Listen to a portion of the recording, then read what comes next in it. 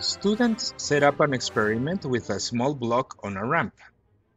The block of mass m equals to 3.0 kilograms is released from rest at the top of the curved ramp. The length of the ramp as measured along the curve is L equal to 3.0 meters, and the height h is equal to 1.5 meters, as shown. There is negligible friction between the small block and the ramp. The speed of the block at the bottom of the ramp is most nearly.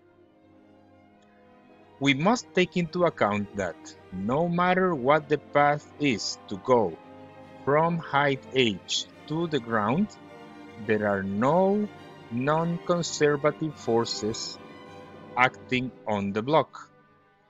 Therefore, the mechanical energy is conserved. The block is released from rest, and the height at the bottom is 0. After some algebra, you will get that the speed at the bottom is the square root of 2gh. This value is completely independent of the length and shape of the path followed.